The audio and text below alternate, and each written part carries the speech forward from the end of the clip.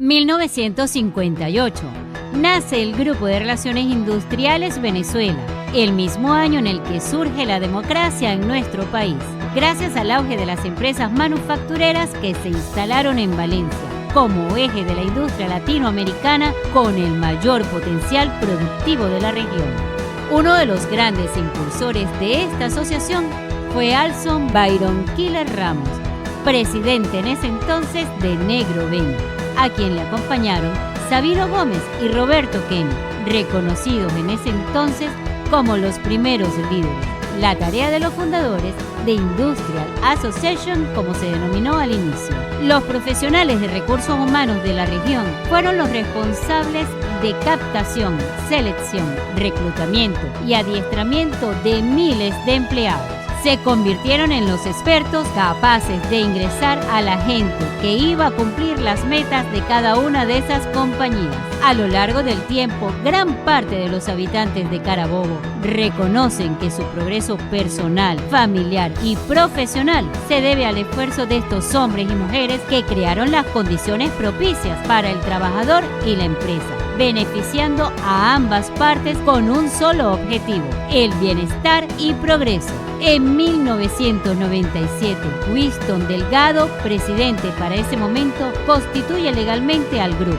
Hoy, igual que al inicio de esta organización, el Grupo de Relaciones Industriales Venezuela es un foro de estudio continuo, una sala situacional de las condiciones laborales, propiciando un balance que favorece intereses comunes, potenciando la capacidad productiva de la entidad. Temas del acontecer nacional, como estabilidad y estudios salariales, seguridad, ergonomía, accidentes laborales, teletrabajo, comunicación corporativa y disrupción tecnológica se debaten a diario entre los miembros de GRI Venezuela para favorecer el mantenimiento de las operaciones y las buenas condiciones del recurso humano en el país, a la par de las demandas internacionales del trabajo.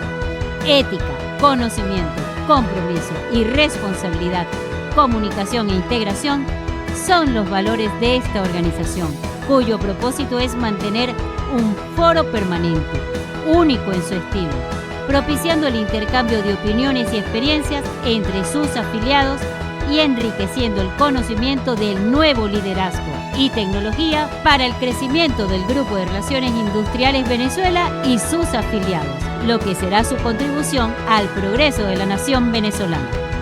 Estar en el Grupo de Relaciones Industriales Venezuela es garantizar el apoyo diario y la consulta permanente y la proyección de la labor de cada gerente de recursos humanos. GRI Venezuela impulsa al sector productivo nacional.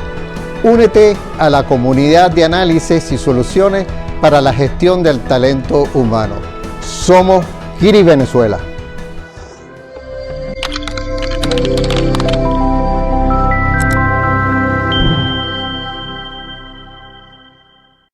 Excelente, comenzamos entonces formalmente.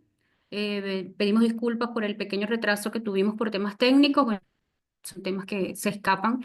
Le damos la más cordial bienvenida a todos nuestros amigos, compañeros, colegas, conocidos y a los que nos acompañan por primera vez a la presentación en este webinar con motivo de la entrega de resultados de la Encuesta Nacional de Sueldos del GRI Venezuela para marzo del 2025, que tiene una tradición ya de 5 años haciendo esta entrega.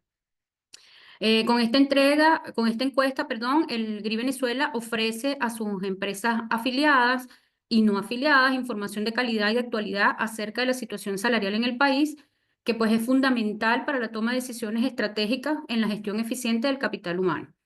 Aquí pues vamos a poder tener información en la mano, en muestras por estado, sector, actividad económica, cargos, valores de compensación total, en dólares, estructuras de paquetes salariales, incrementos porcentuales y buena información sobre el comportamiento del dólar, y todo esto lo estamos haciendo de la mano con la empresa pues aliada, un consulting, en compañía con quien lo dirige, Hugo Urdaneta, a quien ya pues tendré el gusto de presentarle. Quien habla, esta servidora, Marisela Rojas, quien tiene el honor de pertenecer a la directiva del Grupo de Relaciones Industriales. Hoy estoy apoyando a nuestra presidenta, Janet Ferrer, quien no puede estar aquí con nosotros por estar cumpliendo con algunos compromisos laborales. Entre los productos y servicios que podemos ofrecer también como Grupo de Relaciones Industriales a todas nuestras empresas afiliadas, pues están las descripciones de cargo. Estos son en materia de compensación, los cuales te podemos apoyar. Son las descripciones de cargo, estudios de mercado salarial, valoración de cargos, diseño, estructura salarial, diseño, estructura de puntos, diseño de estrategias y políticas salariales y esquemas de compensación variable.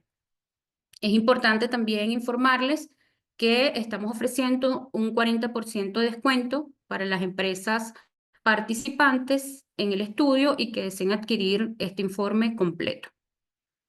Bueno, ya sin más preámbulos, entonces presentaré formalmente a Hugo Urdaneta y a Claudine Martini de la empresa Who Consulting. Así como también tenemos hoy como invitado especial a Santiago Porras Rojas, quien nos acompaña desde España. Hugo Urdaneta Fonseca es presidente de la firma de consultoría Who Consulting. Él es sociólogo, máster en recursos humanos, coach certificado, diplomado en psicología positiva, especialista en diseño y gestión del cambio organizacional.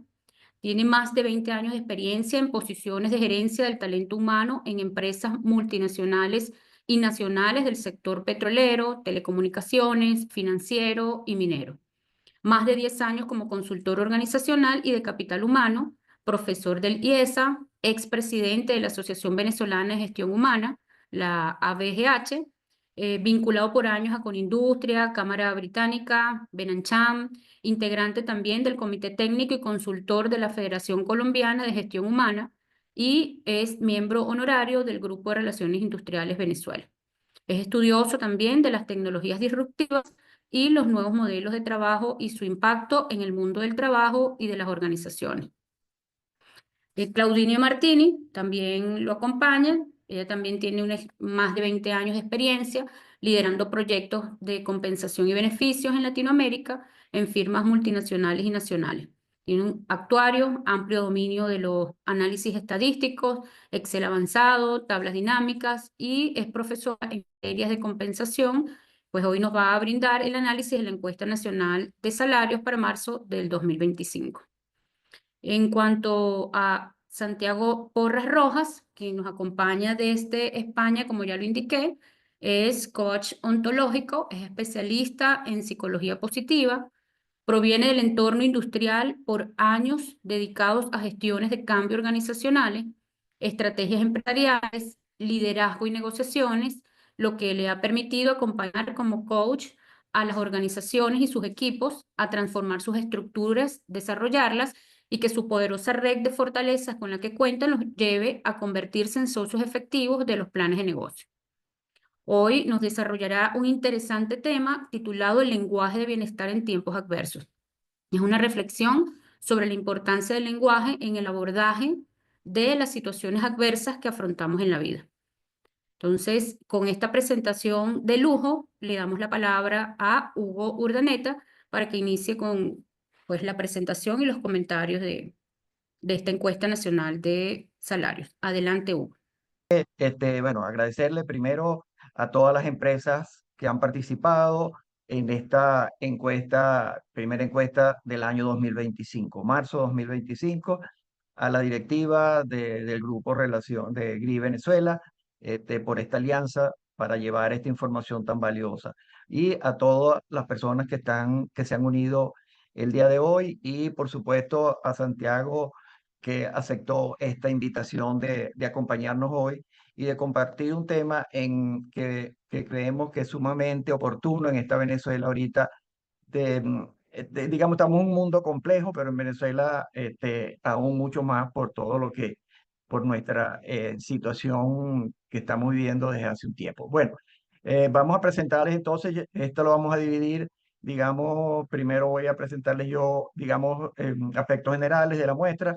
Luego Claudine va a entrar con los resultados y posteriormente yo voy a compartirles unas pequeñas láminas sobre el tema del dólar y las proyecciones, porque creo que Hoy en día el tema económico va a ser fundamental y el tema de cómo se comporte la variable dólar va a impactar mucho en las empresas, en las organizaciones, en los trabajadores, en todos, en línea general.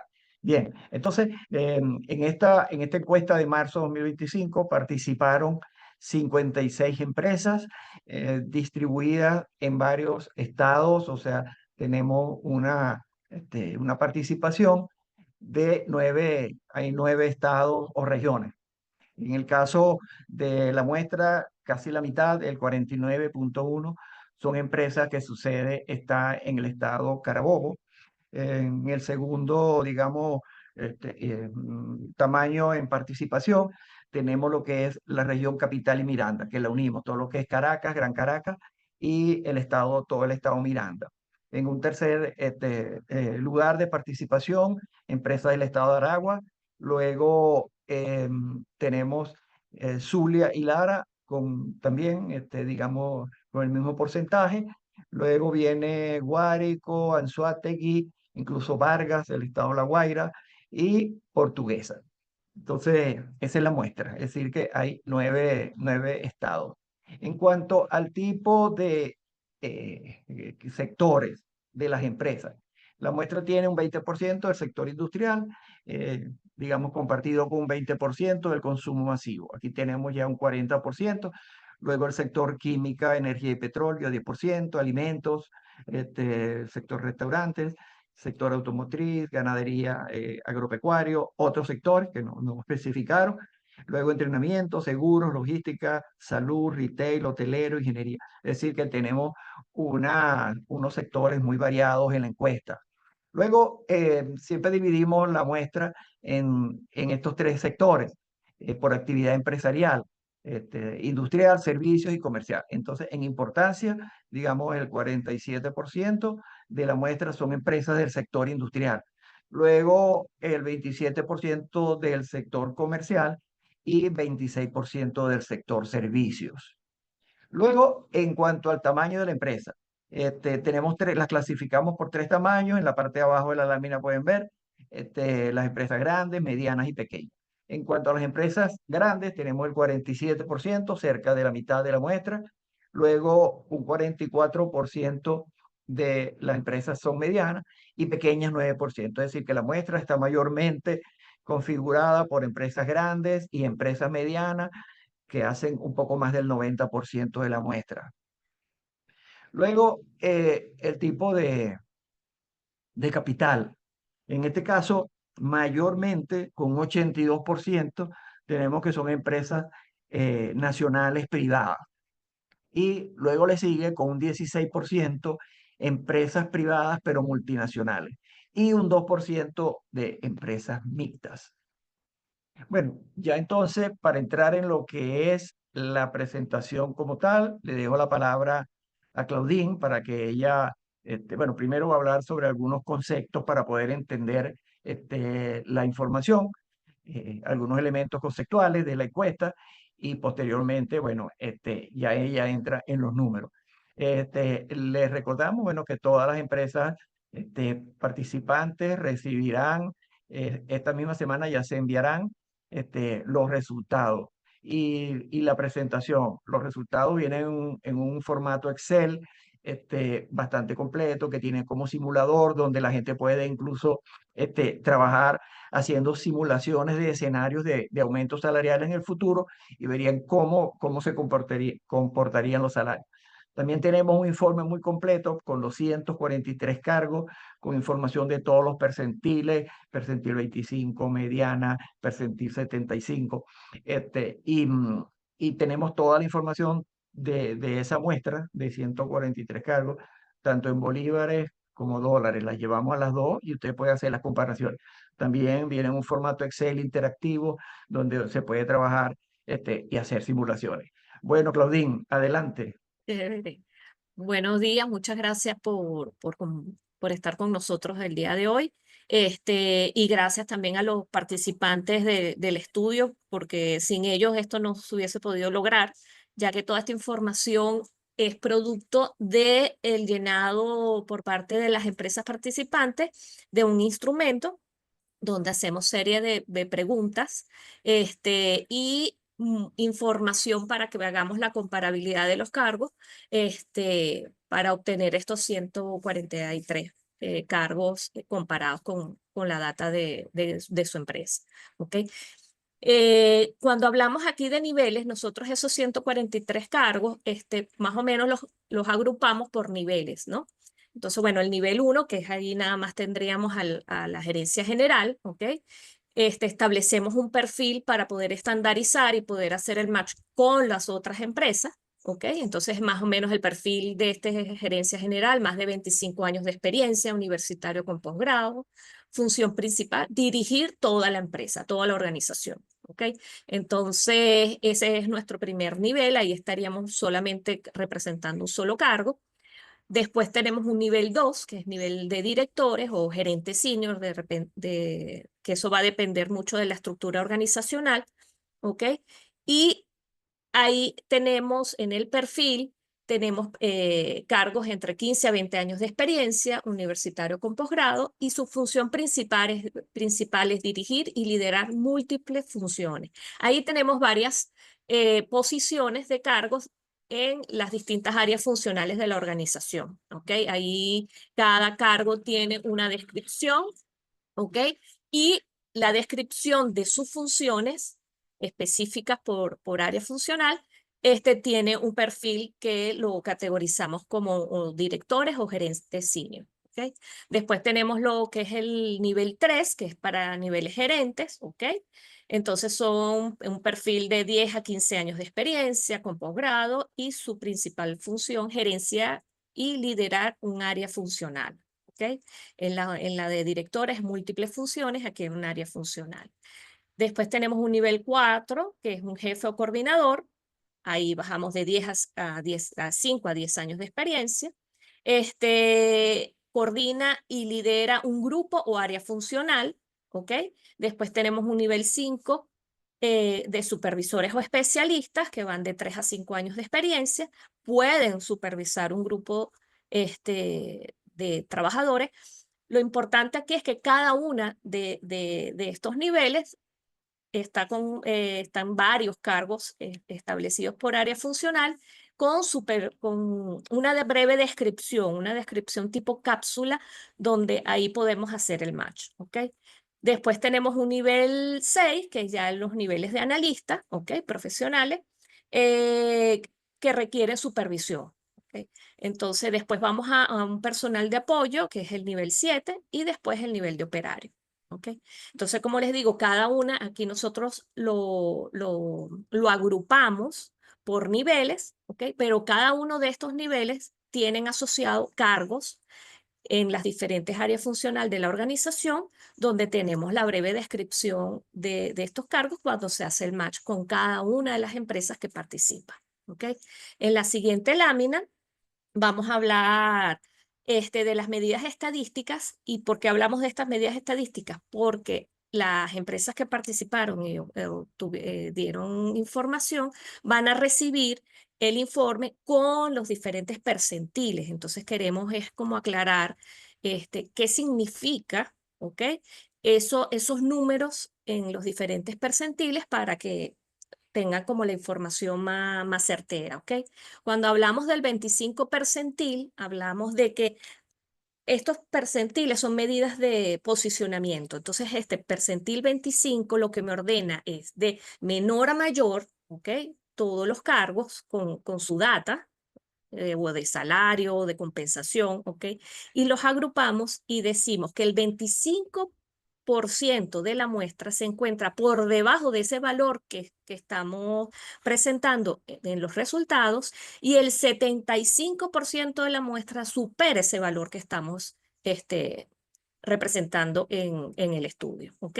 Entonces ahí podemos saber, bueno, mira, aquí este valor que no me está dando el nivel tal, el 25% está por debajo de ese valor y el 75% está por encima de ese valor, ¿ok? Cuando hablamos del percentil 50, es el 50% está por arriba de ese valor y el otro 50% está por debajo de ese valor, ¿ok? Igual pasa en el percentil 75, que es el inverso del 25, que es el 25% de la muestra está por encima de este valor y el 75% por debajo de este valor. Ya cuando hablamos del promedio, si hablamos de toda la data, ¿ok? Todos los números que tenemos en la muestra, entre el número de muestra que tenemos, ¿ok? Entonces, esos son los percentiles o las medidas estadísticas que vamos a obtener de información, porque toda la información que es em, recolectada por nosotros se trata de una manera muy estricta, es por la confidencialidad de la data, y lo que compartimos son medidas estadísticas que van en función a esto, a percentil 25, percentil 50, percentil 75 y promedio. De hecho, Claudine, ajá, disculpa para hacer un comentario porque creo que es muy importante, ¿sí? Porque los chévere, percentiles siempre generan mucha confusión, no solamente buenísimo. aquí, en toda la región que tenemos experiencia trabajando. ¿Y por qué eso es muy importante? Porque cuando usted tiene un cargo y lo está pagando en el percentil 25, lo que quiere decir es que el 75% de cargos similares están pagando por encima de usted a ese cargo. Quiere decir también que ese cargo es factible, que en un momento determinado, si le hagan una oferta en el mercado, sea mayor y se pueda ir. Esto no quiere decir, nosotros no decimos, no, páguele a todos en el percentil 75, que es un percentil muy competitivo, porque quiere decir que apenas un 25% pagan más. Es decir, que es bien difícil, serían poquitas las empresas que en términos de salario se lo podrían llevar. Entonces, no quiere decir que le pague a todos por encima. Las empresas, por eso es que es importante las políticas salariales, tener estrategias diferentes. Ciertos cargos yo lo puedo pagar al nivel bajo, a un percentil 25, porque no me es muy problemático reemplazarlo, buscar en el mercado. Pero ciertos cargos estratégicos, si yo tengo un cargo estratégico, un cargo clave y lo tengo pagado en el 25%, tengo que saber que hay un gran riesgo de que esa persona en ese cargo se vaya buscando por lo menos una propuesta salarial que lo coloque en la mediana, que es el percentil 50, que es una línea de pago buena, muy competitiva, es el 75. Pero por eso es que es importante manejar esos percentiles y saber en qué ubicación tengo yo un cargo determinado y los riesgos que puedo tener al tener un cargo pagado de esa manera. Gracias, Claudine. Sí. Bueno, bueno, gracias a ti porque me vas a dar un tema que podemos aquí abordar, que es importante también saber la muestra, ¿ok? Cuando hablábamos de nuestra estrategia de compensación, es importante saber también contra quién me comparo, ¿ok? A lo mejor en un estudio, si es empresas muy agresivas salarialmente, y yo no soy tan agresivo porque, bueno, mi sector no es tan agresivo, X, a lo mejor yo puedo estar posicionada a lo mejor en percentiles bajos, pero cuando me voy a mi muestra de mi mercado, a lo mejor yo sí estoy posicionada en percentil 50 o percentil 75, ¿ok? Lo importante de aquí es saber la muestra. ¿Qué muestra tengo y contra quién me estoy comparando? ¿Ok? Porque estos percentiles son en base a la data del mercado. Y entonces cuando hablamos de la data del mercado, tenemos que saber qué mercado estamos hablando. Por eso siempre es muy importante en los estudios de mercado saber qué grupo comparador está participando para yo saber en qué medida de posición debo estar, ¿ok? En el momento de tomar decisiones. Igualito cuando ustedes reciben estudios de mercado, también hay que hacer ese análisis, o sea, qué mercado estamos analizando y en mis estrategias de compensación, cuáles son las estrategias que debo tomar, ¿ok? Entonces, sí es importante saber en estas medidas de posicionamiento, en estas medidas estadísticas, saber, bueno, cuál es el mercado y conocer exactamente qué es lo que significan ellas de por sí, ¿ok?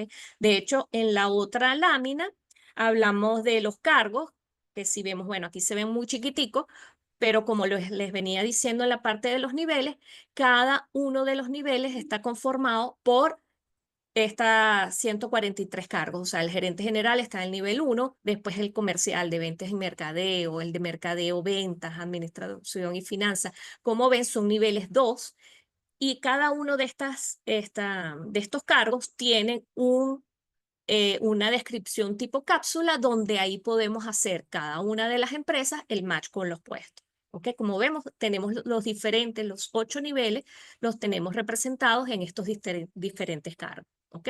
Del área funcional de las organizaciones, ¿ok?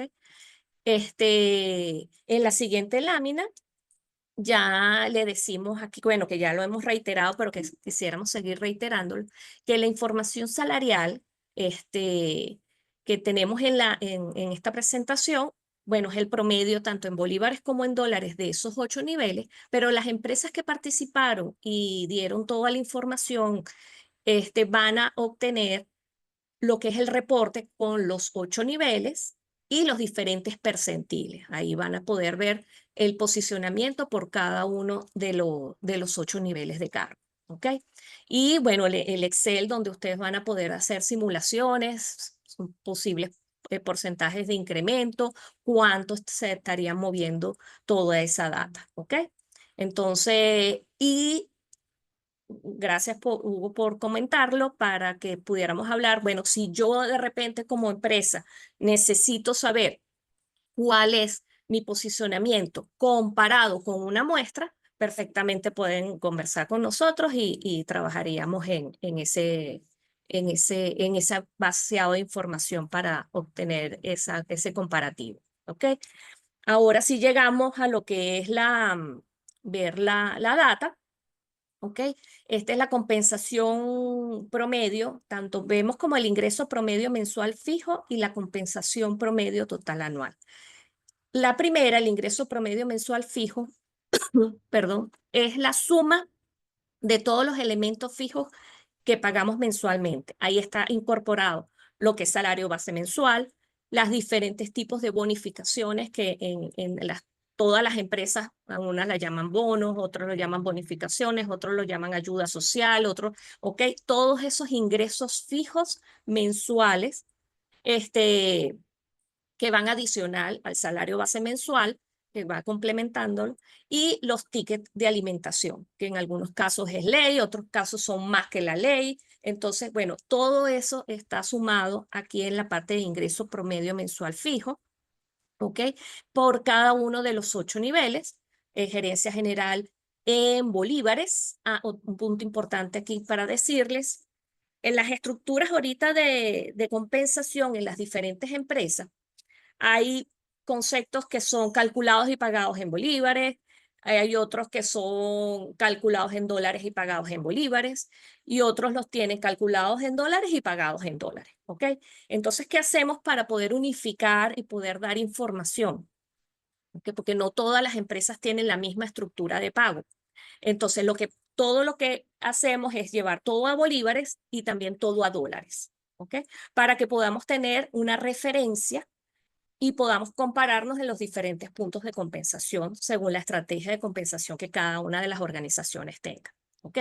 Aquí, por ejemplo, el de bolívares, el ingreso promedio mensual para gerencia general, 310.392, y en la compensación total, que ya es todo anualizado junto con bonos vacacionales, utilidades, pagos variables, todos los que son pagos variables, que son bonos objetivos, bonificaciones que varían según resultado, ¿ok? Está incluido en lo que es compensación total anual, 4.857.351, ¿ok?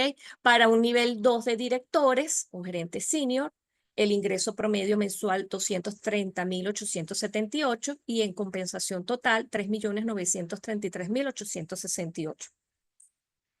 En nivel gerente, 161.490 y aquí en compensación total, 2.599.796. Aquí hacen una pregunta de a qué tasa y día está este informe. La tasa que se usó en el momento en que empezaron a llegar todos los instrumentos está a 67. Ok, Banco Central. A nivel 3, 161.490, 2.599.796, un nivel 4 de jefe o coordinador, 83.230, y compensación total 1.183.401. Para un nivel 5, supervisora especialista, 60.264 y en la compensación total 963.738. Perdón. A nivel de analista, 42.421 y la compensación total 634.796. Ahora para el nivel 7, personal de apoyo, 28.556, 397.794. Y para nivel operario, 23.534, con una compensación total de 346.343. Ahora, esta misma información la vamos a ver en dólar, como vemos la tasa de 67 por dólar. Vemos gerencia general 4.850, en ingreso mensual promedio y en compensación 75.896. A nivel de directores 3.627, compensación total 61.795. A gerentes 2.523, 40.622. El nivel de jefes coordinadores 1.300 y en compensación total 18.491. Supervisores especialistas 942 y compensación total 15.058. ¿Ok?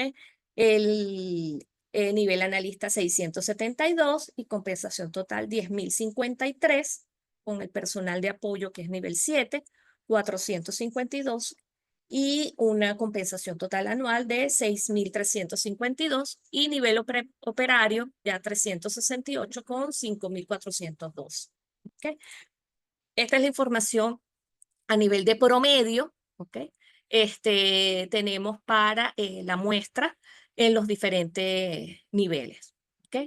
Ahora, en la siguiente lámina ya vemos lo que es la estructura, lo que yo les comentaba un poco de que es también importante saber, y más ahora, por lo que es el mercado que tenemos de la tasa cambiaria por un lado y la tasa del Banco Central que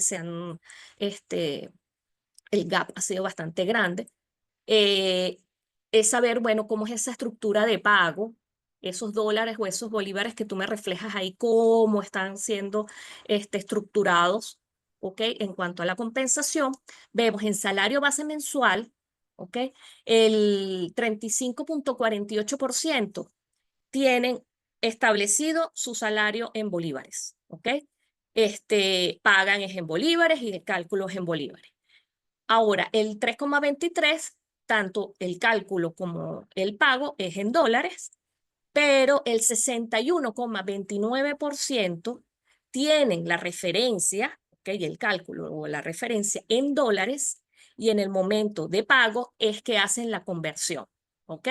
La pagan en bolívares. Si vemos la estructura, esta parte es bastante importante en el momento de hacer todos estos ajustes y saber por dónde van este mercado, porque el 61.29, o sea, más que la mitad de las empresas, en salario base pagan, el cálculo se hace en dólares, la referencia está en dólares y está pagado en bolívares a los trabajadores. ¿Ok?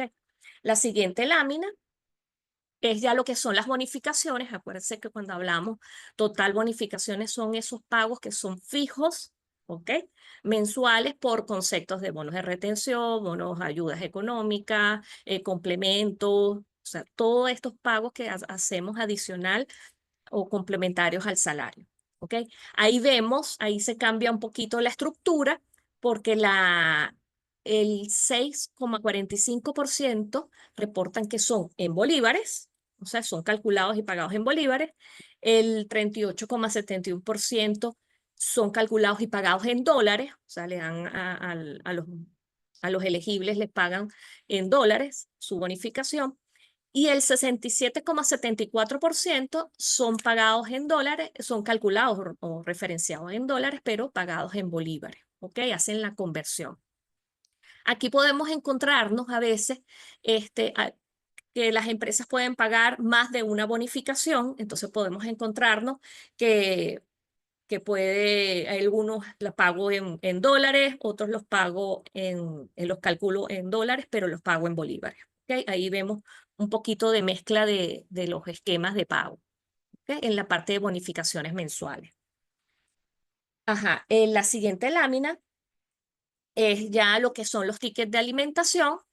El 16,13% paga el ticket en bolívares, ¿ok? Lo calculan en bolívares y lo pagan en bolívares. Ahí teníamos el caso que sí de lo que decía la Gaceta versus lo que se dice en el ministerio. Entonces, bueno, ahí vemos el 16,13% lo paga en bolívares. El 3,23% lo paga en dólares, o sea, calculado en dólares y pagado en dólares. Y el 80,64% es calculado en dólares, o sea, tiene su referencia en dólares, pero es pagado en bolívares. ¿Ok? Entonces, como vemos, esta parte del cálculo en dólares versus el pago que es en bolívares, en casi todas las estructuras lo vemos referenciado, y por eso es que Hugo va a hablar bastante de la parte de dólares para que podamos tener esa referencia, porque vemos que ese es un punto importante para las empresas en el momento de hacer el pago, ¿ok? Y hasta hacer el cálculo. Ok, en la siguiente lámina ya vemos lo que son la parte de incrementos. Aquí se realizó este análisis de incremento a través de las datas o de las informaciones que teníamos de octubre de 2024 a marzo de 2025. Cómo se nos movió esa data de mercado para las empresas que participaron tanto en octubre como en marzo. ¿Ok? Entonces, estos son los resultados. Para salario base mensual, el promedio fue 57,40, se nos movió el salario base mensual. ¿Ok? Pero igualito compartimos el P25,35, P50,45,70 y el percentil 75,58. ¿Ok? En bolívares. ¿Ok? Cuando hablamos de dólares, porque acuérdense que nosotros, de hecho, cuando hacemos los instrumentos, pedimos que esos movimientos salariales que nos reporten por los diferentes conceptos y según el tipo de la moneda que estamos trabajando. ¿Por qué? Porque yo no puedo decir, yo incrementé un 5% y dejarlo hasta ahí de la compensación, porque un 5% de repente en bolívares no es significativo, pero un 5% en dólares sí podría ser. Entonces ahí para nosotros es importante saber ese porcentaje de incremento. ¿A qué se dio? ¿Se dio para salario base? ¿Se dio a ticket? ¿O se dio a alguna de las bonificaciones? Ajá. Y ese porcentaje de cuánto fue según bolívares o según dólares, ¿ok? Para poder tener magnitudes y poder dar las estadísticas un poco más precisas en el momento que ustedes puedan tomar decisiones, ¿ok? Porque la idea de toda esta información es que ustedes tengan información valiosa para tomar decisiones. Entonces, por eso que ahondamos un poquito más y preguntamos de qué se debe, a qué se debe, cuál es el porcentaje y si responde a bolívares o a dólares y a qué concepto. ¿Okay? Cuando hablamos ahora de salario base mensual en dólares, ¿okay? Cuando yo tengo esas referencias en dólares o pago los dólares, ¿cuánto es el incremento? Ahí obtuvimos solamente para dar información de promedio de 8,98%, ¿ok? De incremento.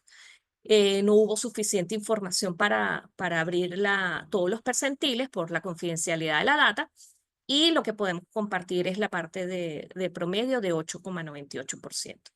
Ahora, cuando hablamos de tickets de alimentación, ¿ok? Obtuvimos información, fue más en bolívares, ¿ok? La parte de dólares no hubo información suficiente.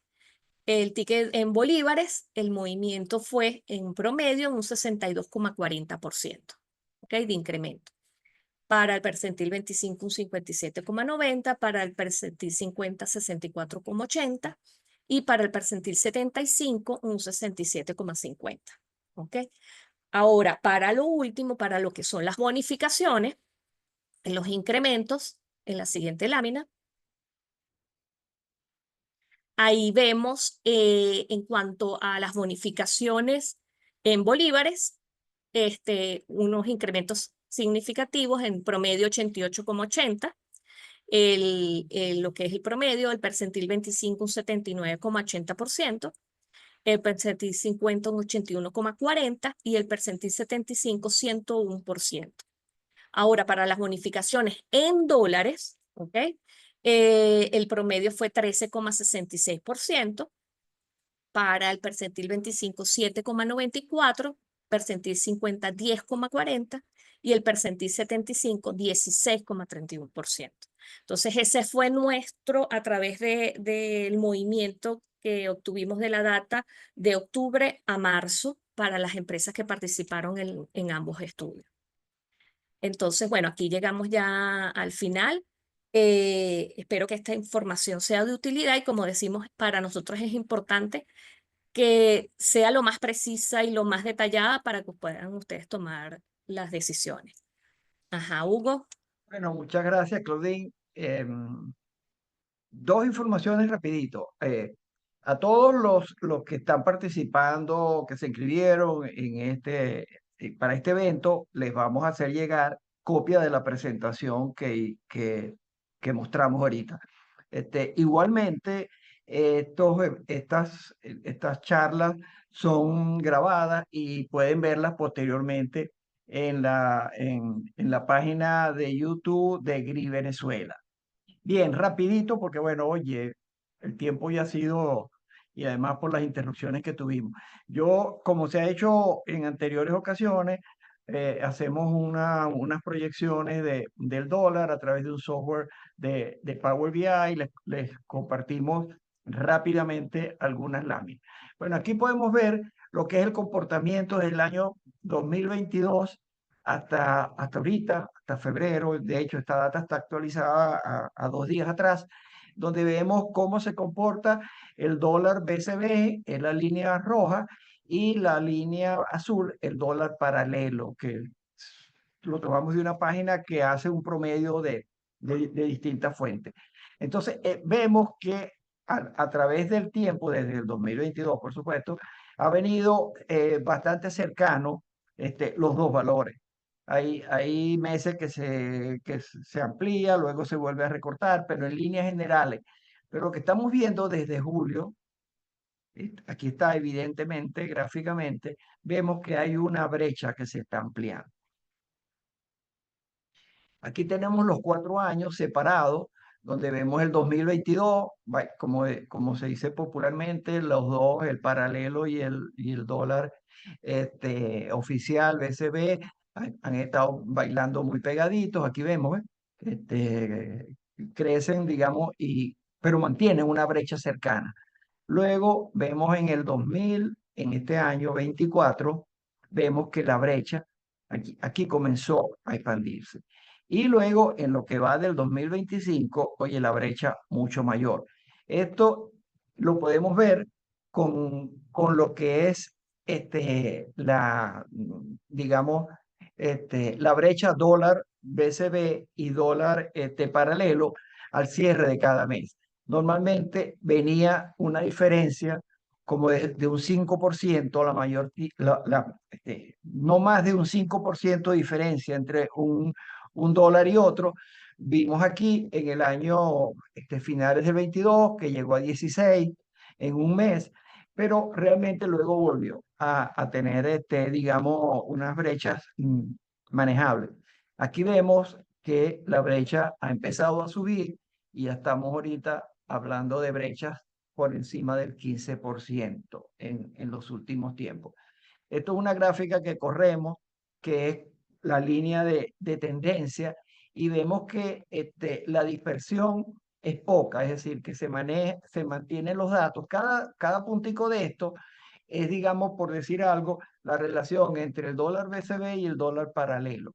Pero vemos, y aquí corremos la línea de dispersión, y vemos que los puntos, vamos a decir, la nube de puntos, como dice la gente de salario, se mantienen, aquí no estamos hablando de salario, sino del dólar, se mantienen cerca de la línea de tendencia. Pero vemos qué pasa en el 2025, lo que va este año.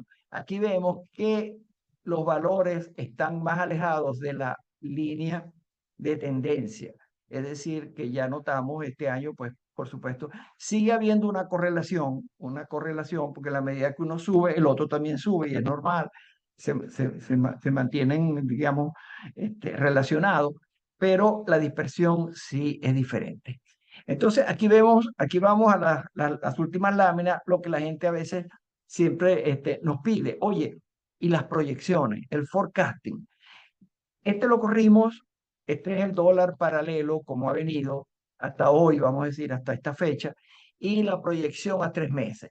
Según la proyección que hacemos en un software de Power BI, es que el dólar para junio debería estar entre 83 y 90. Si no ocurre algo extraordinario, si sigue la tendencia, ¿cómo va el dólar oficial, el dólar BCB? Pero veamos cómo se comporta el dólar paralelo. Aquí es diferente. A la misma fecha de hoy, luego vemos que esta corrida o este forecasting dice que para el miércoles 30 de abril, es decir, casi en un mes, el dólar debería estar paralelo entre 100 y 110. Y para los 3 meses siguientes, estaríamos hablando entre 115 y 133, cuando el dólar del banco oficial, estamos hablando de cerca de 90, ni siquiera llega a 100, a 90 y tanto. Esto, por supuesto, si sigue la tendencia. Puede ser que en un momento el gobierno decida equipararlo y puede dar una subida y esto puede estar cambiando. Pero el día de hoy, esto es la tendencia.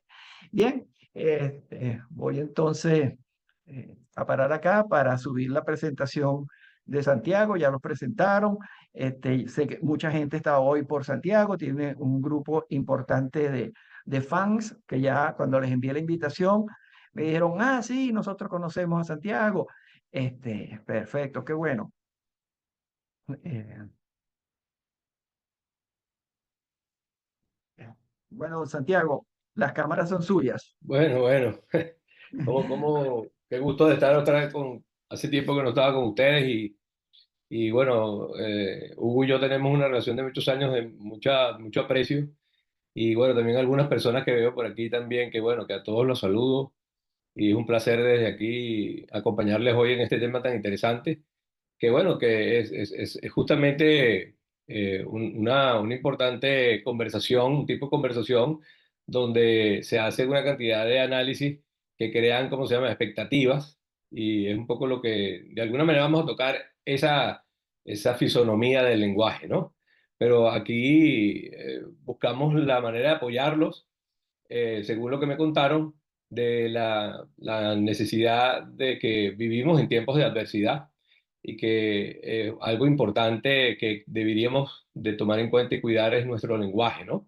Que cómo hablamos, de qué hablamos, cómo lo hacemos, y yo voy a hacer bueno, voy a acompañarles para presentarles humildemente lo que he llamado el lenguaje del bienestar en tiempos de adversos, pues, ¿no? Bueno, estaban ustedes hablando fíjate, de algo que es importante para su grupo, pues, o sea, sus especialidades, la gente que conoce de salarios y que juega un papel muy importante en las organizaciones y sobre todo en momentos de cambios como lo que estamos viviendo desde hace algunos años ya en Venezuela y bueno, a nivel internacional también ocurre. Yo lo escuchaba, ese es un lenguaje, ustedes están utilizando el lenguaje que va creando, ¿cómo se llama?, ideas y va generando las oportunidades que se pueden hacer a partir de los análisis que ustedes acaban de ofrecer, ¿no? Entonces, las palabras, como decir aquí, nos permiten a nosotros organizarnos y a crear nuestras propias estructuras de pensamiento. Y especialmente ofrece el lenguaje una forma de comunicarlo para relacionarnos con los demás. Así lo hacemos en el ámbito familiar, en el ámbito profesional y en el ámbito universitario, bueno, donde nosotros nos vayamos a mover, ¿no? Entonces, eso es como para que tengamos una pequeña primera introducción. Si quieres, pasamos la lámina, ¿no? La siguiente, ¿no?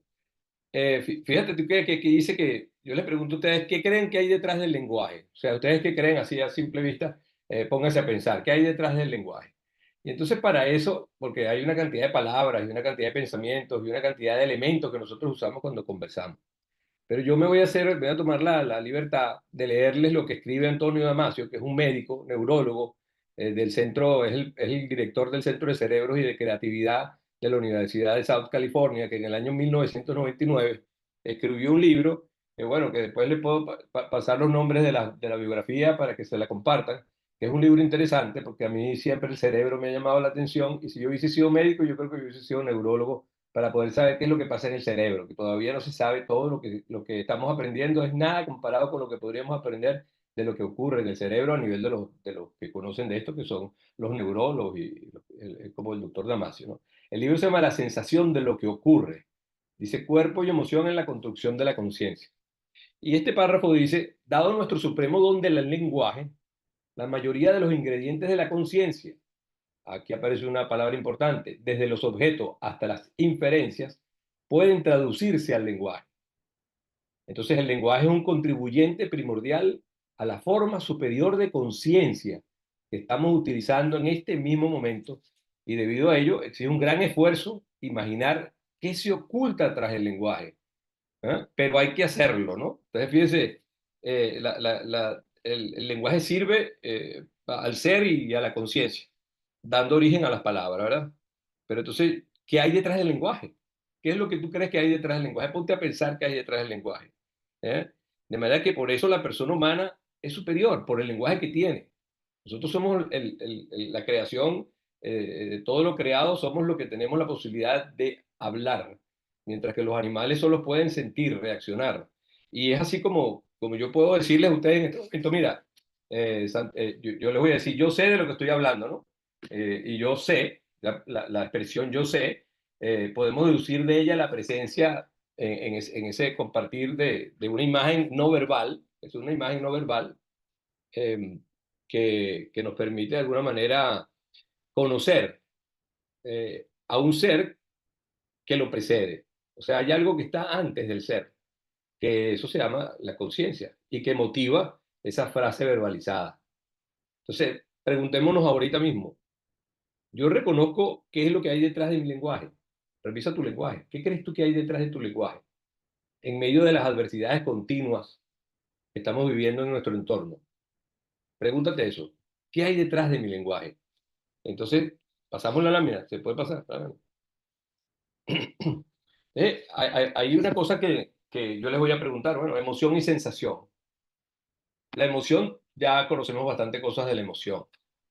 Pero ¿y la sensación? ¿Cuál es la diferencia entre la emoción humana y la emoción animal? Pensemos esto por un momento. En este sentido podemos pasar la lámina. Fíjense que a primera vista toda criatura terrenal tiene emociones y en abundancia, porque un perro cuando algo le incomoda, cuando se siente amenazado, ladra por lo menos y también muerde.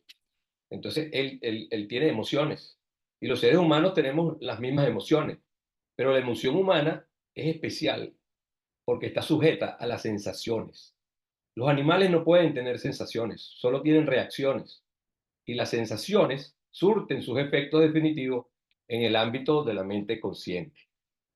Entonces, podemos pasar ahí un momentico. A diferencia nuestra, lo que quiero preguntarle aquí, ¿a través de qué medio se manifiesta la mente consciente? Entonces, bueno, el lenguaje. Pero ahí es importante, de alguna forma, ver que el lenguaje nace de nuestra interacción, de haber estado por la selva en algún momento haciendo puro ruido y viendo que viene un león. Y entonces, bueno, los monos hacen unos ruidos para avisarle a los otros animales que cuidado que hay un león. Así nosotros también de alguna manera en algún momento empezamos a tener como la imagen en el cerebro y esa imagen darle forma y decir león, ¿no? Para decirle león. Y que el león, él tiene que comer primero que yo, los animales que se va a comer, y después que él coma, es que yo puedo ya comer. El cerebro, el humano tenía que comer de último de todo lo que hacían las grandes bestias. Y eso fue lo que hizo que el cerebro creciera, porque se comía el tuétano de los huesos que había en esos huesos y esos tuétanos hicieron que el cerebro creciera, porque nos estábamos comiendo lo principal de la formación del mamífero, pues, ¿no? Y el cerebro creció, ¿no? Entonces, vamos a preguntar, ahora cuando usted dice los seres humanos vivimos en un mundo lingüístico, porque acabamos de escuchar una conversación que le permite a ustedes coordinarse. Ah, bueno, si así está pasando las cosas a nivel de salario y pagan en bolívares y en dólares y en la proporción y tal. Entonces, bueno, empezamos a hacer lo que se llama una coordinación recursiva del comportamiento humano a través de la administración de los recursos, y la capacidad recursiva que tenemos en el lenguaje, que es la base de lo que nosotros llamamos la reflexión. Ustedes acaban de hacer un ejercicio para la reflexión y eso es lo que hacemos los humanos todo el tiempo con el lenguaje. Andamos especulando, andamos creando una conversación que siempre lo que busca es explicar la razón de algo y encontrar la respuesta a las cosas que tenemos delante, ¿no? Y el lenguaje, la capacidad, su capacidad de reflexión, nos permite entonces especular acerca de nuestras posibilidades. Y cuando especulamos, ¿no? Cuando especulamos, yo le pregunto a ustedes, ¿a través de cuál distinción es que especulamos nuevas posibilidades? ¿Desde dónde arrancamos? Piénselo por un momento. ¿Mm? Pero ahí es donde nosotros jugamos a ser dioses, porque nosotros especulamos haciendo juicios continuamente. Siempre estamos haciendo juicios, está bien, está mal, la cosa no va, por aquí tiene que estar, y entonces el cerebro comienza a generar ideas para ver cómo logramos mejorar algo que nos parece que debe ser mejorado, o también utilizarlo por el sesgo negativo, no por el sesgo positivo, y de lo que se trata es que nosotros comprendamos, si puedes pasar la lámina un momentico, Dios mío, gracias, la siguiente lámina, es que somos unas máquinas de hacer juicios. Si le das otra vez al botoncito, sale ahí otro subtítulo ahí. Aquí. La especulación del lenguaje que genera el juicio, juicio, juicio, juicio. Y es aquí donde nosotros jugamos a ser como los dioses, porque somos máquinas de hacer juicios. Ahora, ¿a qué se debe que ponga su atención? ¿Hacia dónde pone la atención el juicio? Piénsenlo por un momento. Estás mirando del pasado algo que pasó, lo traes al presente para crear un nuevo futuro. Pásame la lámina, por favor, amigo mío. Entonces los juicios, no, la anterior, los juicios, dale otra vez porque tiene un mensaje que falta que salga. No salió. Los juicios siempre están, bueno, ponen su atención en el futuro. Eso es lo que quiero dejar muy claro. Nosotros vivimos haciendo juicios y los juicios siempre están poniendo la atención en que algo nuevo pase. Y entonces nosotros decimos lo que está bien y lo que está mal. Y ahí estamos jugando nosotros, bueno, a lo que nosotros estamos viendo, que es jugar a ser dioses. Y en realidad, si tú te pones a ver las conversaciones a nivel mundial en este momento, bueno, encontrarás algunos que se creen Dios mismo y bueno, y hablan y dicen lo que no está bien, lo que está bien, hacen y deshacen, como conocimos en la Roma del pasado. Y bueno, siempre viene esta circunstancia con respecto a la humanidad. No comprendemos que a lo mejor la razón se comparte cuando nos sentamos en una mesa y nos entendemos y nos escuchamos no solamente de las razones, sino también de lo que sentimos, de lo que queremos hacer desde el punto de vista humano para que la vida sea no lo que yo quiero, primero yo, segundo yo, tercero yo, y si queda algo, por favor me lo dejan a mí. Y esas circunstancias, bueno, se presentan mucho y crean una adversidad alrededor de nosotros, bueno, del tamaño que la estamos viviendo desde hace tiempo en Venezuela, como el mundo entero hoy en día, donde quiera que tú vayas, hay la tendencia a que los juicios que estamos haciendo están previendo un mundo, bueno, que a lo mejor no es el que nosotros quisiéramos tener, pero es lo que hay porque esa es la realidad. Entonces, es importante saber que tenemos eso, que lo tengamos en la mano, ¿no? Ahora, la siguiente lámina, Hugo, por favor. Ahora, yo le pregunto, ¿qué comprometen los juicios? Yo voy a hacer siempre preguntas, ¿no? Siempre comprometen nuestro aprendizaje lingüístico, cómo hablamos, porque todo lo hacemos a través de la palabra.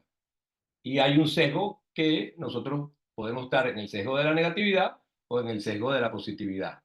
Y en esos dos grandes halos estamos todo el tiempo haciendo juicios, ¿no?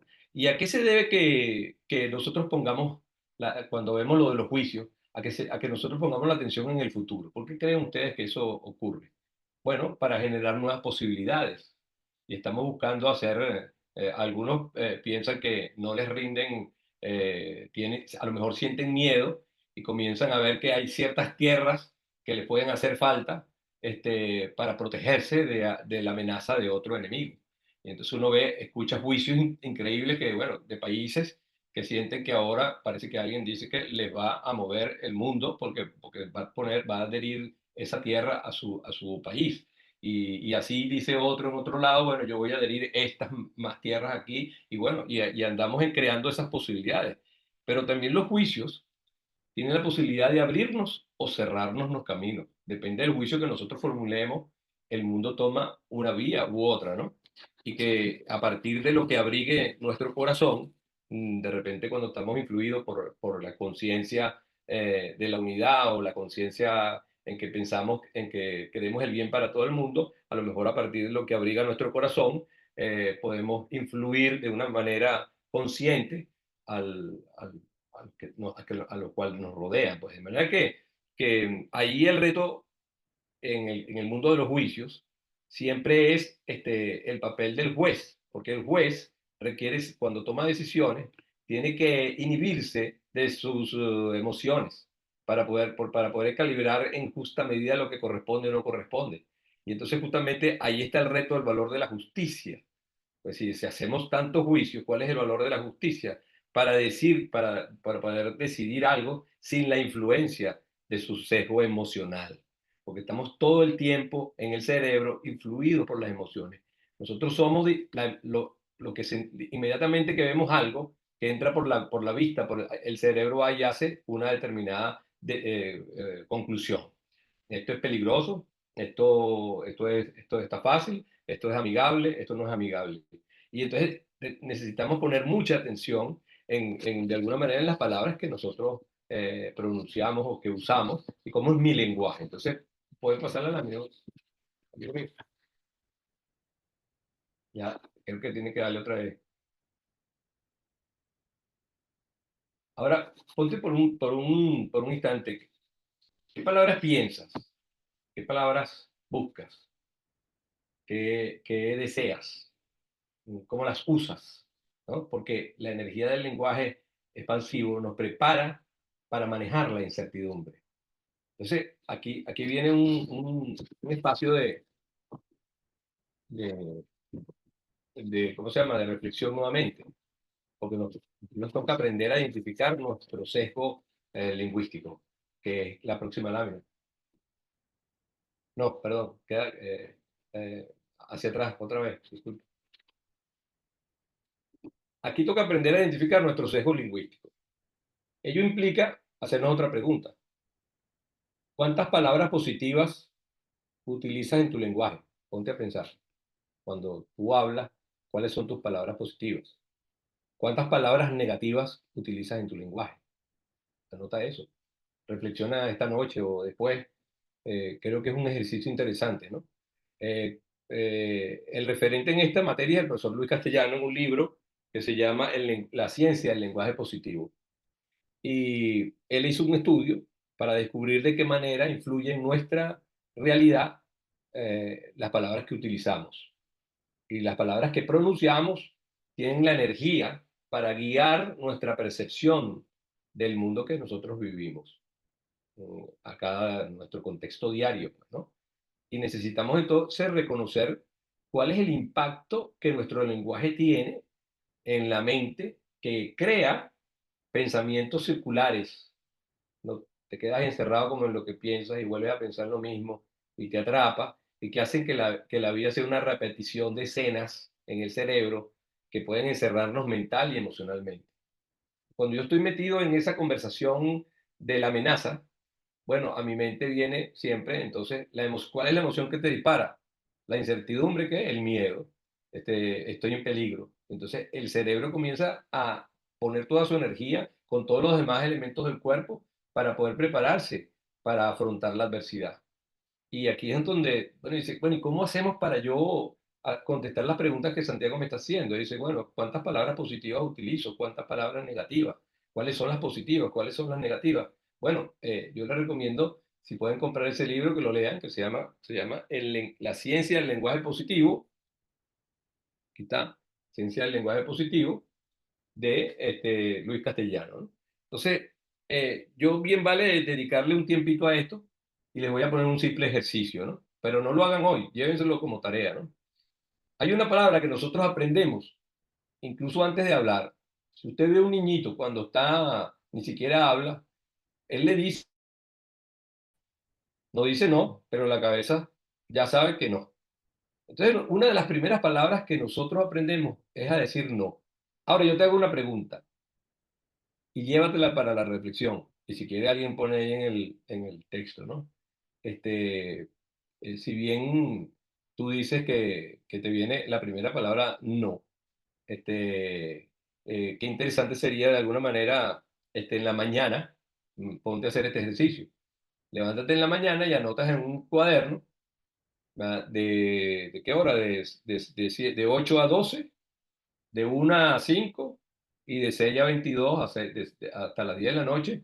Voy a anotar cuántos noes digo. ¿Cuántos noes digo? No puedo, no sé, no hagas, no se puede, no vengo, no voy, no. ¿Cuántos no decimos en el día? Increíble este ejercicio, porque cuando tú dices no, la amígdala del cerebro se dispara, porque empieza a ponerse en el sesgo negativo, porque tú le estás mandando a que es no la cosa. Entonces te va a sorprender, porque está demostrando que aumenta la actividad de la amígdala, nos afecta emocionalmente. No lo hagas, no está bien hecho, no pude, no lo logro, no alcanzo. Bueno, son tantos no que se pueden decir que perjudica el razonamiento lógico cuando nos quedamos metidos en el no. Y la comunicación se afecta porque condiciona un sesgo hacia la inacción. Cuando uno le dice no, usted no se da a veces cuenta que cuando dice no y le pregunta por qué, la gente a veces se queda como, bueno, no, porque no, pero no puede responder con conciencia clara por qué es que está diciendo a veces que no, porque el cerebro se tranca, pues, porque tú le estás hablando del no, mientras que un sí promueve las iniciativas. Y la pregunta que te hacía antes, ¿cuál es la vida? Si yo te dijera cuál es la palabra de la vida es un sí por la calle del medio.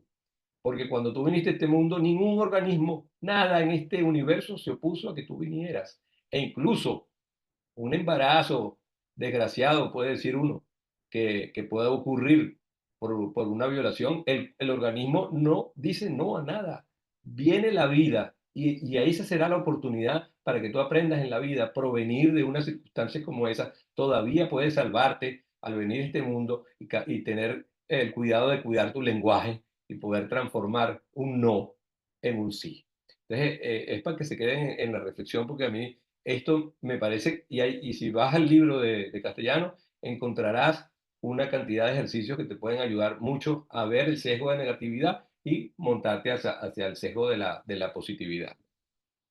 Entonces, les recomiendo de verdad ese libro. Entonces, vamos a pasar la lámina ahí, por favor. Entonces, fíjense, ¿qué sientes sobre quién pones tú tu mayor atención? Porque las palabras que piensas, las que buscas y las que deseas y usas son las que mueven la energía del lenguaje expansivo para prepararnos para gestionar la incertidumbre. ¿Ya? Ha vivido seguramente todo lo que están hablando aquí, han vivido una incertidumbre. Podemos decir que con todo lo que nos ha pasado en el país, muchas vidas cambiaron completamente, han cambiado. Muchos rasgos de nuestra vida de antes ya no son los mismos de ahora. De manera que estamos en un escenario donde es importante saber o sea, hacia dónde la energía del lenguaje la estamos poniendo en las conversaciones, sobre todo cuando estamos sostenidamente enfrentando la adversidad. Entonces, ¿qué sientes tú sobre dónde pones tu mayor atención? ¿Dónde estás poniendo la atención cuando tú tienes una adversidad? Ponte a pensar, ¿dónde pones tu mayor atención? Seguramente que es qué es lo que me está pasando a mí. Yo le puedo decir que cuando ocurrió lo de PDVSA, para mí fue como un tsunami que me llegó de pronto, de un día para otro. Todo el sistema de vida que tenía fue colocado lo desbarataron, se desbarató. Y yo estaba pensando, ¿y ahora yo cómo voy a hacer? ¿No? Entonces, habla sobre lo que me amenaza, porque cuando estamos en ese tipo de conversaciones, estamos hablando de las cosas que nos amenazan, de lo que hacemos especulación de que eso nos va a causar un daño.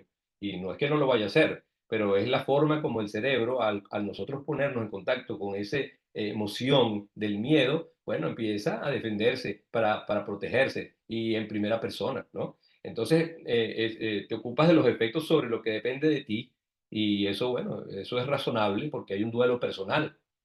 Cuando pasamos una hecatombe hay un duelo personal.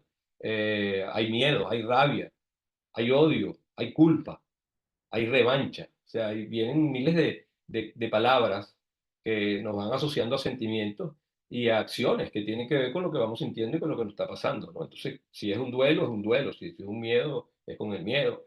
A mí me dio mucho miedo, ¿no? Y un duelo, yo por ejemplo me vine aquí a España y les puedo contar que me vine diciendo que, bueno, me venía muy optimista, pero mentira, en el fondo tenía una inmensa tristeza de dejar mi país, de dejar todo lo que yo tenía y gocé en Venezuela y enfrentarme a una nueva realidad me dio miedo, comenzar a trabajar, buscar la manera de ganarme la vida con lo mismo que hacía allá y darme cuenta que las cosas no eran iguales. Entonces la amenaza personal era, bueno, ¿y entonces cómo voy a hacer para sostenerme aquí? Ahora tengo 60 años. Cuando llegué aquí ya tenía 60 años. Imagínate volver a empezar con 60 años.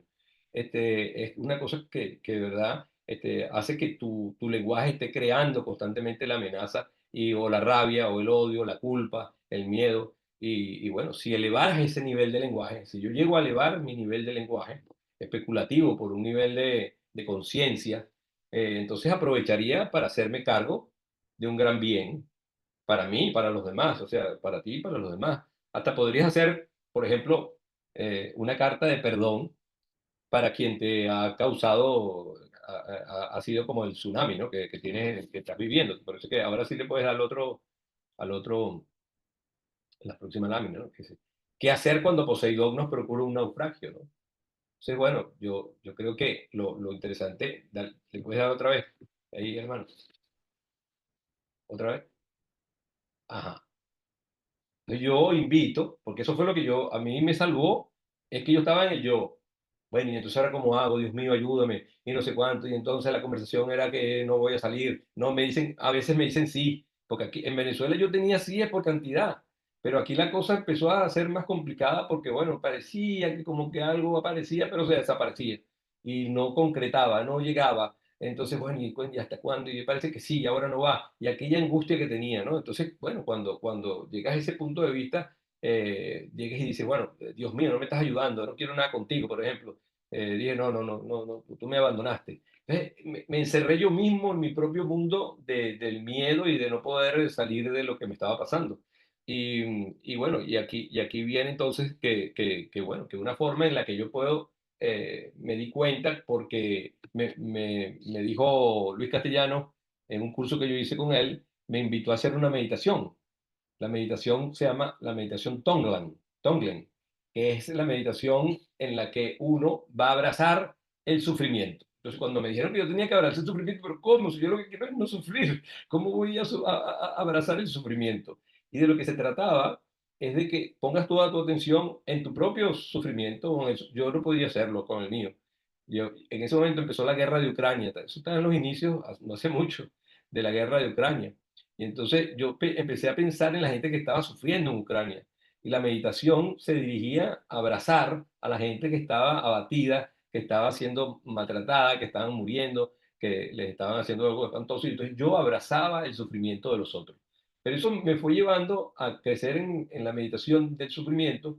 Y entonces es abrazar mi sufrimiento, es abrazar el sufrimiento del vecino que tiene Parkinson y que lo oigo que se cae en el suelo y que lo oigo que en la noche habla en coherencias porque tiene una enfermedad autodegenerativa. Y entonces le escucho y yo lo abrazo. Y abrazo esa circunstancia. Y abrazo a su esposa que está angustiada seguramente. Yo no estoy allí, estoy simplemente en mi casa arriba. Ellos están abajo. Pero entonces abrazar el sufrimiento de otro, poner la mirada en otro es empezar a desbaratar ese lenguaje negativo que está en tu cerebro y empiezas a abrir un mundo de esperanza para salir del atolladero de la conversación que no te crea unas mejores posibilidades. Entonces, el sanar a través del servicio es verdaderamente impactante, favorable y es de lo que quiero hablar, ¿no? Porque ese es desde el punto de vista humano.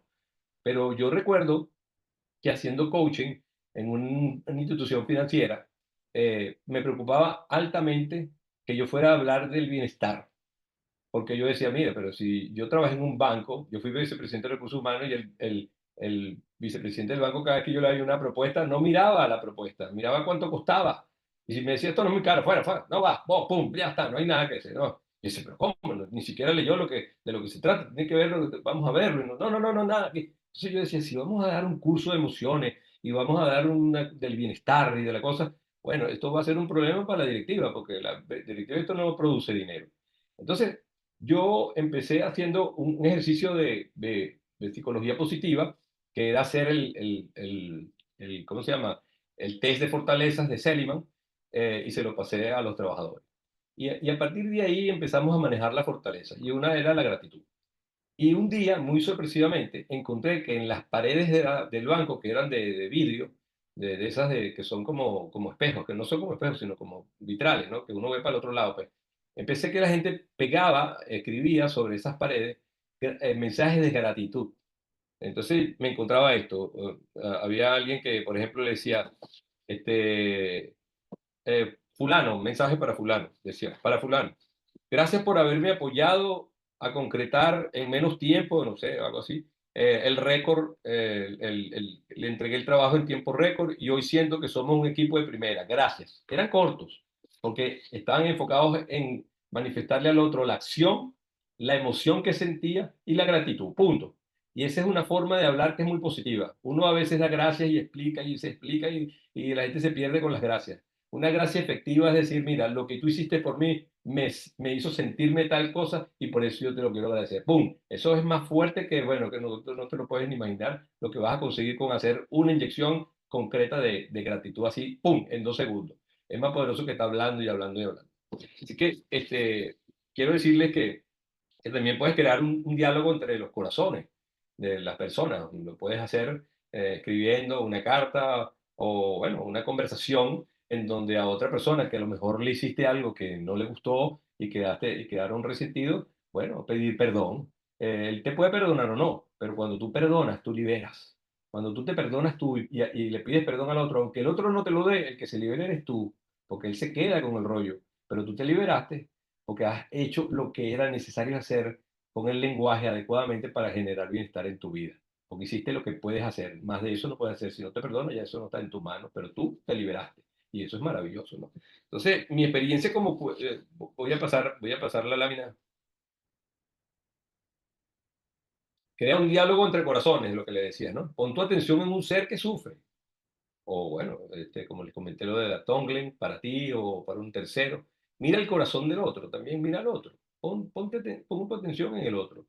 Escucha su dolor, escucha lo que le duele, habla, abraza, sonríe, acaricia. Sé humano. O sea, para que veas cómo comienza a relajarte esa tensión de estar nada más que en la conversación de la ansiedad, de que está, no, bueno, que hay una guerra. Bueno, yo cuando, hace años atrás, yo decía que no, veía la escena del soldado Ryan, esa donde, bueno, ya casi al final, que hay un alemán que mata a otro y consigue uno en la escalera bajando, que el alemán estaba más asustado que había matado al otro que el que estaba suelto en la escalera y yo pensaba que el alemán, pero todos son seres humanos y sintieron un gran miedo y se protegieron, se dejaron tranquilos y no se mató ninguno de los dos, ¿no? Esa escena me llama mucho la atención, ¿no? Entonces, en mi experiencia, bueno, podemos pasar la lámina. Entonces, eso fue lo que me pasó a mí. Y yo estoy contando mi experiencia, ¿no? Además de los libros que he leído y de todo lo demás, es vivir la experiencia en primera persona. Cuando yo sentí a mi vecino, que se llama Don Luis Freites, que está aquí a la izquierda, era mi vecino, yo lo sentí que él cayó al suelo. Estaba yo viendo televisión aquí en mi casa y él cae y yo digo, se cayó el abuelo. Y de inmediato bajé y lo conseguí en el suelo y la abuela tenía 80 años y no lo podía levantar. Yo lo levanté y le llamé al hijo y le dije, mira, yo me quedo esta noche a dormir aquí porque tu papá se puede volver a caer. No, ¿y por qué tú te vas a quedar ahí? No, ¿cómo vas a hacer? No, no, no. No vamos a discutir. Hasta luego, mañana hablamos.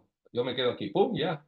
Al día siguiente él vino, me dijo, oye, tú me hiciste darme cuenta que mi padre ya está muy enfermo, pues, porque él tiene una enfermedad autodegenerativa y veo que mi papá necesita a alguien que lo acompañe. Tú lo puedes acompañar para salir a caminar, para levantarlo, para acostarlo. Y comencé una relación, un vínculo extraordinario con don Luis, claro, una persona con Parkinson está constreñida a sus piernas, tiene mucha como tensión en el cuerpo, tenso. Y entonces yo en la noche lo acostaba en la cama y él tenía las piernas así encurrutadas para arriba. Y yo le ponía la mano en el pecho y empezaba a cantarle. Duerme, duerme, negrito, que tu mamá está en el campo.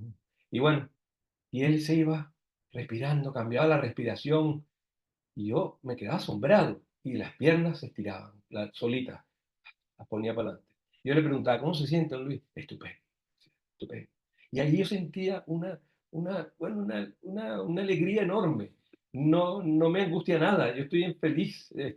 No sabía nada de cuidar gente, pero lo cuidé hasta el día que se fue de este mundo. Y cuando una semana me fui una semana, 10 días para Estados Unidos por un matrimonio de un familiar, me dijo la abuela cuando vine, él lloró porque dijo que tú te habías ido y no volvías más. Es ¿cómo se llama? La amabilidad, la fortuna que tiene uno de generar esos vínculos, cuando uno pone la atención en otro foco, logra esto. Igual que don Florentino. Don Florentino fui entonces a trabajar en una casa de ancianos. Me contrataron por 30 días. Dijeron, usted tiene cualidad para cuidar. Y entonces la que me llevó estaba peleada con otras enfermeras y el segundo día me tocó sin la otra enfermera y las que no le querían me mandaron a trabajar a don Florentino, que era un señor que tiraba golpes y tal. Y entonces, bueno, me dijeron que le cambiara el pañal. Pasé 45 minutos cambiándole un pañal, sentándolo, levantándolo y él se quejaba, pero no me dio ni un golpe. Se quejaba. Yo le pedía perdón y le decía, gracias por enseñarme, gracias por enseñarme. Y entonces cuando lo senté, este señor no pronunciaba palabra.